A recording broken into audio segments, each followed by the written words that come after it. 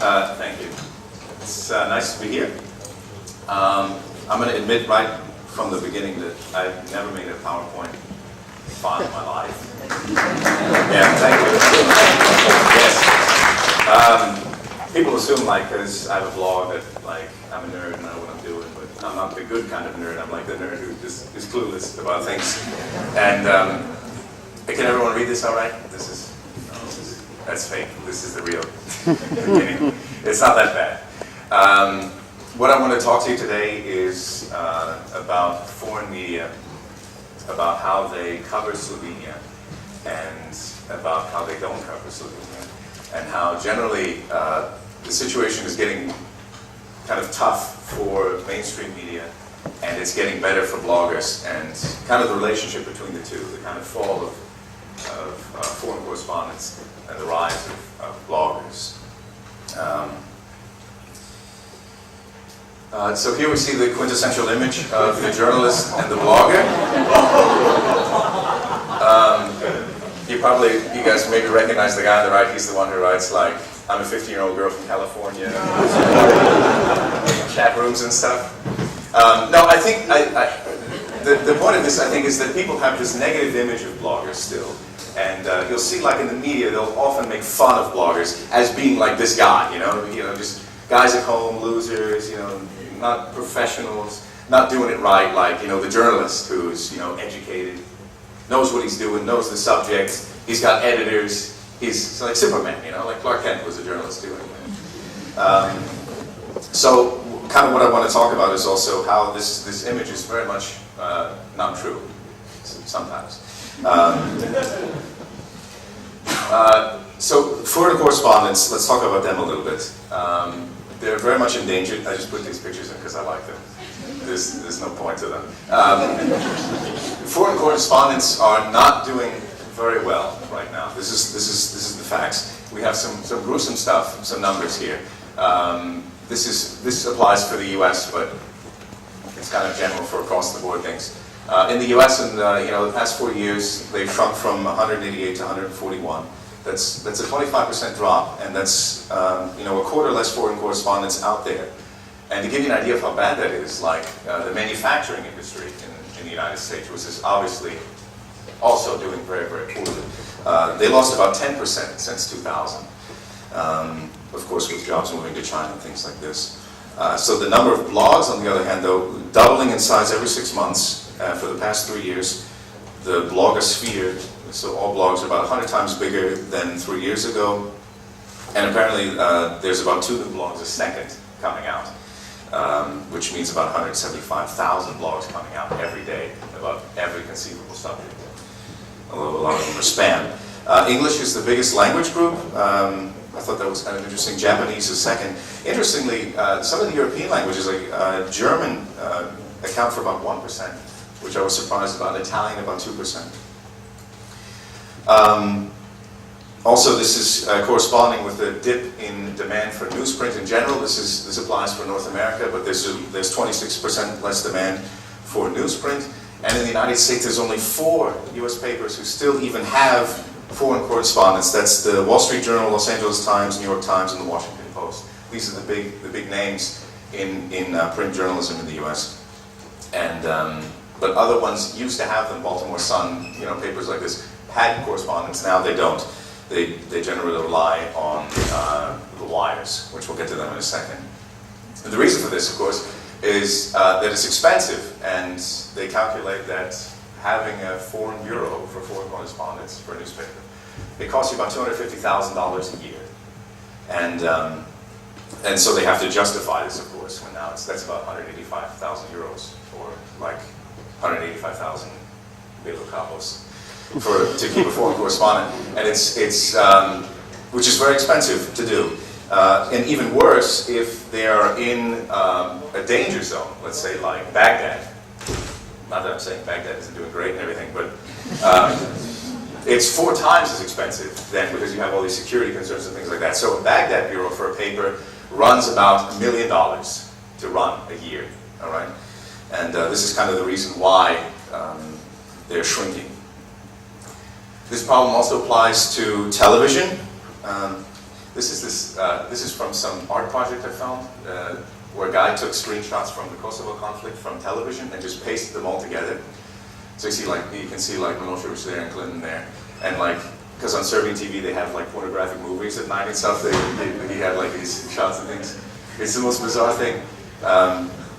Anyway, the big three in American television are ABC, NBC, and CBS. These are the three major stations. There's now technically Fox is considered the fourth one, so it's the big four. But if you look at the 1980s, the big three had 15 foreign bureaus, each of them. You know, and today they have at most 6. Some of them have even less. So television is also not around the world as it used to be. ABC, for example, has closed down Moscow, Paris, Tokyo. NBC closed Beijing, Cairo, Johannesburg. And right now, there's one ABC bureau in Nairobi, in Kenya. And that's it for Africa. Just this ABC guy in Africa. Otherwise, there's no one in Africa, India, or South America at all, that's about 2 billion people. And, you know, one guy covers this whole area. That's that. The wires are the question, and the wires are stuff like Reuters, AFP, AP, Associated Press, and they're actually doing pretty well, basically because they've taken over the job of foreign correspondents from these papers. So basically, like, you know, Chicago Tribune will buy stories from the Associated Press. And what you'll see is, basically, they have a lot of influence now because generally most of the stories that you see about Slovenia will come from, you know, a wire, and then they'll appear on, you know, 100 or more newspapers in the U.S. So AFP is the oldest one. They have 36 bureaus in Europe. It's the oldest news agency in the world. They have bureaus in Zagreb, I see, Vienna, Athens, Geneva, Rome, everywhere else. Associated Press is also very huge. They have 243 bureaus. This is worldwide now. They have, interestingly, a lot of these guys have bureaus in almost all of the big cities of the former Yugoslavia, so Belgrade, Zagreb, Sarajevo, Pristina, but not Ljubljana. Reuters has 196 bureaus worldwide, and out of all of this together, you get one bureau in Ljubljana, and that's Reuters. They're the only ones who are here. The others are not. AFP and AP are not. They rely on stringers, which is the word for, you know, kind of freelance journalists that they kind of send in from Zagreb every once in a while, if there's an election or something like that, that they cover that. Otherwise, only Reuters is here. They have an office in Ljubljana, led by Marija Novak. This is her, having a good time.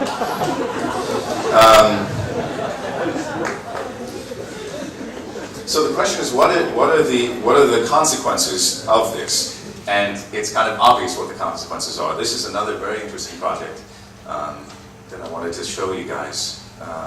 What this is a guy set up a site where he tracks G7 newspapers. So newspapers from the G7 countries, the big ones, US. You can see France, Germany, Italy, UK, Russia, and so forth. And he tracks the major newspapers from them. So, for example, Le Monde from France, Frankfurter Allgemeine Zeitung in Germany, La Repubblica in Italy, and for the US, Wall Street Journal, New York Times. So the big name newspapers, the serious newspapers, the ones that, like, people who are in the know read, you know, policymakers and stuff like that. So what he does is he has a feed set up, and he tracks what they're talking about. So he tracks feeds from all of these newspapers, and he sees what countries they're writing about and what countries they're not writing about. And then the countries that are dark are the countries that are getting a lot of press coverage from these major newspapers, and the countries that are light are getting no press coverage or very, very little. And you can see the shape of the world, and basically it's the US, Western Europe, Russia, China, Iraq, of course. And don't be fooled by this. I think this is part of France still. It's not that, like, they care. But South America and like Africa is just gone. Australia is barely there, and Eastern Europe is also just doesn't even exist kind of in this media world, which is kind of distressing. I think if you want some numbers, there's about 275 million people in these blank parts of Europe, which is more than in the West. So altogether, if you add up all these big countries, you get 260 million. So it's like 80 million in Germany and 30 in UK, 60 in UK, 60 in France, and 16 in Italy. So you have basically, half of Europe just being ignored by this other half. One interesting phenomenon from this is that you get European news that isn't about Europe. If you follow closely, you'll see stories like Europeans, whatever it is, Europeans love the new Nintendo or something like this, right? And then if you read the story, you'll see that what they're talking about is France, Germany, and Italy. They'll say like, then you'll look in the story and it'll be like, people in France bought so-and-so, people in London bought this and this. And you don't see any mention of the rest of Europe, but they always title it as, Europe. I want to give an example of this that applies to Slovenia. If you guys remember those floods in August 2005, this was 2 years ago. It was a European phenomenon. We had all these bad floods in Central and Eastern Europe. It was rainy all the time, and it was a terrible summer.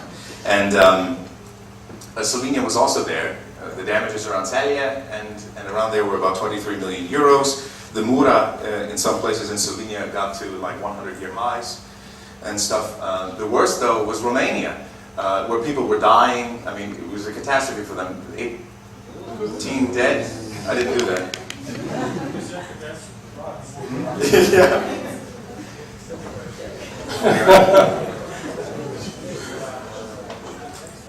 18 dead in Romania, 20,000 homes flooded, 1,000 small bridges damaged. These floods also hit Croatia and Slovakia and Germany, Switzerland, Austria. It was a European thing. It was a Central European thing. Reuters' story was flooding in Germany, Austria, and Switzerland. It was their coverage of this. I mean, and no one died in Germany, Austria, Switzerland. It was mostly stories like tourists are inconvenienced by some higher water than usual. Their feet are getting wet when they're drinking beer or something like this. And in Romania, you have these dead people and things like that, and Reuters just didn't mention it. I want to talk then about what some of them do then to try to solve this problem of not being in this country. I mentioned before that they use stringers. And English has this great phrase called parachute journalism. And it's basically when the papers parachute someone in, a reporter, into Slovenia, and say, write a story about this interesting country. You have 2 days and then submit it. And that's kind of a cost-saving measure that they do. And the problem is they lack in-depth knowledge about what's going on. They're totally new. The reporters that are coming to Slovenia, they don't speak the language. They don't have any background information about Slovenia. They just, they maybe read some other newspaper articles from some of the other papers, and then they come in and try to do the same thing. And basically what happens is they rely on government sources or, basically government sources. Usually they'll go to a ministry or something like that and talk and then write up a story. And that's how they cover then these blank parts, or these blind spots in their coverage. And what happens is you get this really lousy reporting. And I want to give you a quick example of this, which is from the Sunday Herald. And they're a Scottish newspaper. This was also in the same summer, this catastrophic summer 2005. Sunday Herald is this award-winning Scottish paper. They sent a guy named Ian Fraser to come here. And this was around that time when there was this crisis with the Constitution. It had just been rejected by like France and Holland. And there was all this stuff in the media about like soul searching and where's Europe going and what are we going to do and all these things. And And then they came out that like Germans were skeptical about the euro and Italy too. And so Ian comes, writes up this story that, you know, old Europe is skeptical about the euro, but new Europe isn't, right? That's the gist of what he wanted to do. So saying that Slovenia is psyched about the euro, they're getting ready, they're all pumped up. So these are some quotes from his story, you know, enthusiasm for adopting the euro remains undimmed, you know. It's the most ardent, you know, the deepest, it remains so despite the problems over the constitution and doubts being expressed. It's as strong as ever, you know, this is which is an interesting story, right? Why is Slovenia so firm in its commitment to the euro and everything like that? When you read the story, you find out that the source is a guy named Bojan Milošević from the Bank of Slovenia. Like, and of course, you know, of course he's going to say all these wonderful things, and of course he writes it all down. What the interesting that happened now, though, is that within 24 hours of this story appearing on the Scottish paper, the Slovenian Chamber of Commerce posted something quite interesting. And that was a new poll that said that 59% of Slovenes think the euro will have negative consequences.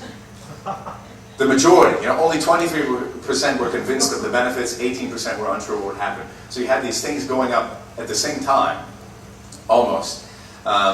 Basically showing that Slovenes were on the same level as, you know, the same kind of skepticism as Germany and Italy at the time. All right? So this was the first interesting thing that he did. We're going to stay with him, though.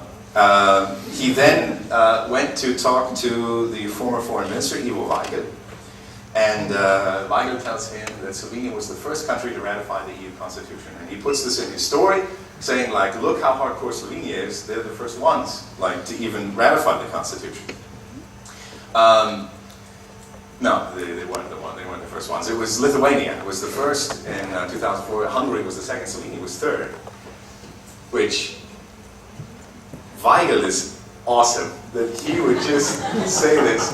He's got like balls of steel. That you know, because it takes a Google search to say. I mean, that's how I did it. I saw that. I saw this thing like Slovenia was the first, and I was like, is that right?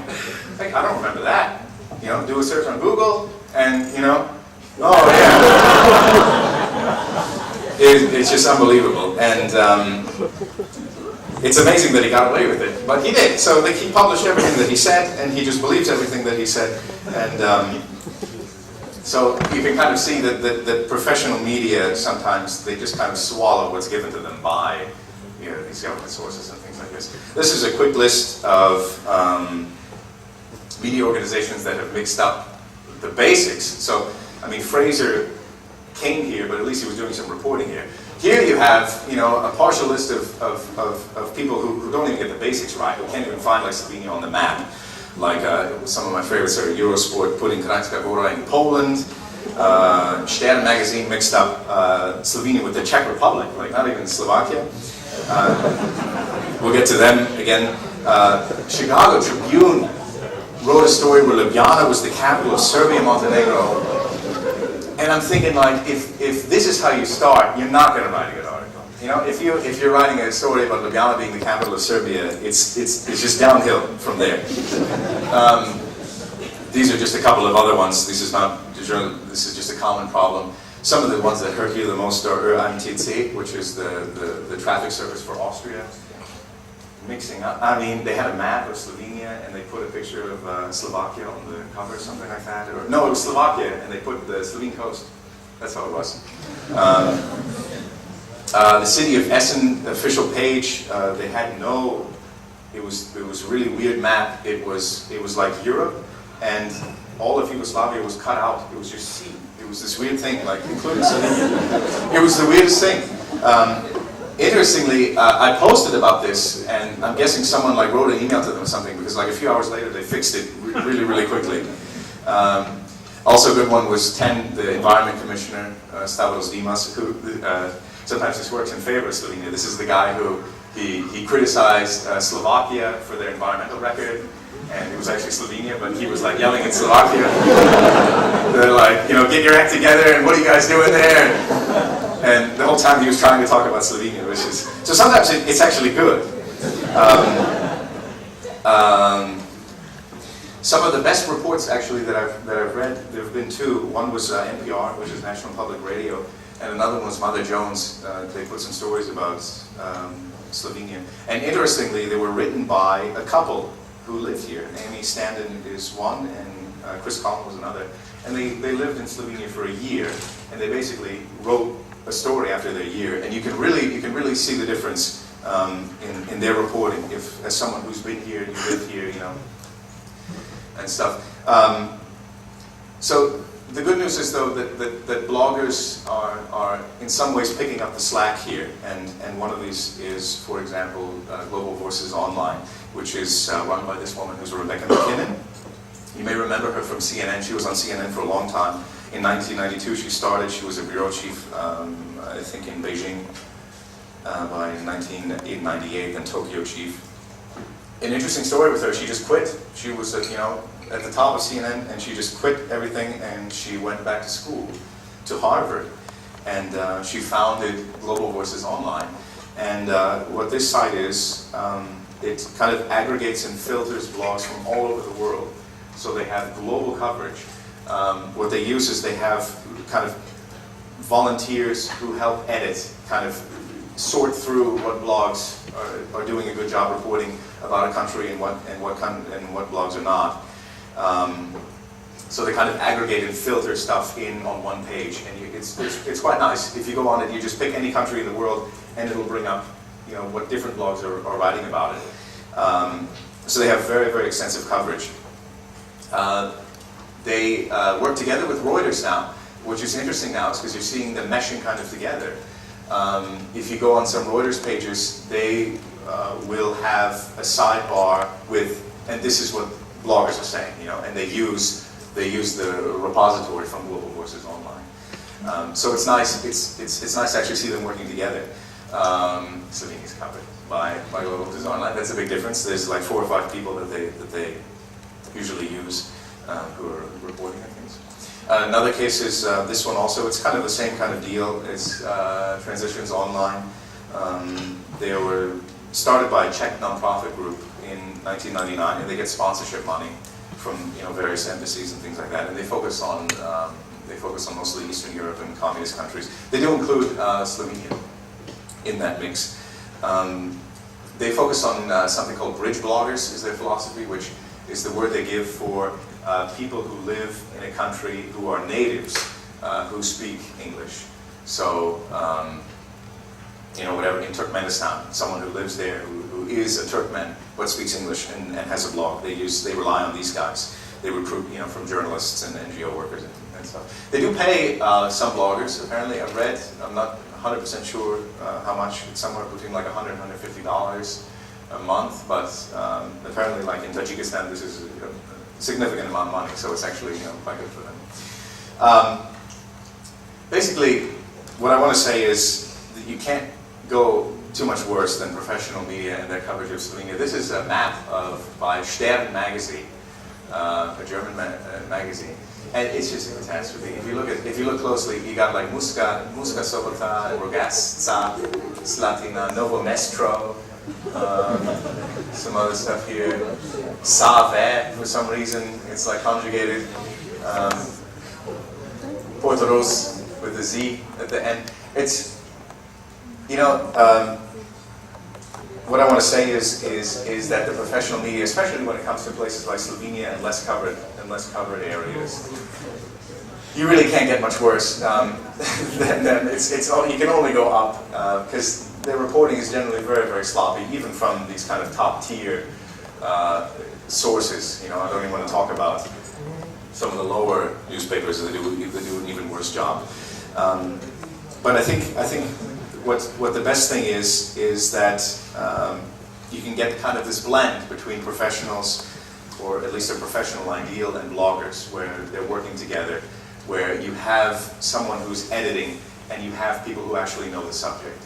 And when you bring them together, I think you can really get a lot of better reporting, just, you know, about the world and about Slovenia as well. So that's it.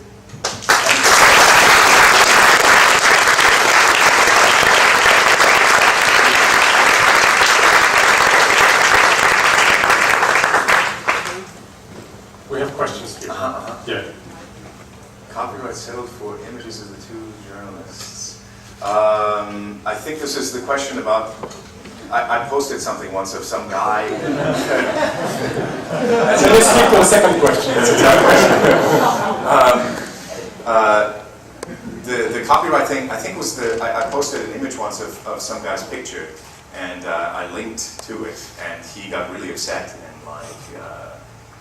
wrote like, I'm gonna sue you and all this stuff. And I think that was the question. It got settled and then I took it off like immediately, but it's kind of lame.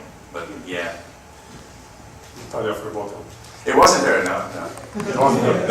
No. It was some other one. It was like I posted a picture and I said, look at this beautiful picture. This is by, so and so. He has a portfolio. You can buy his pictures and stuff. Go check it out. Whatever. I think that's what it means. I'm not sure. Maybe they might be meaning something else.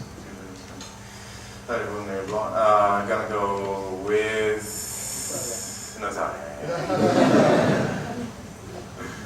What is the word for e-community winning the good? This is corporate cases. Corporate cases. I'm not sure what that means. If anyone knows or if anyone wants to explain. I like this question. Yeah. Can we get the answer about? Yeah, tell me. I can hear you. It's about your blog space.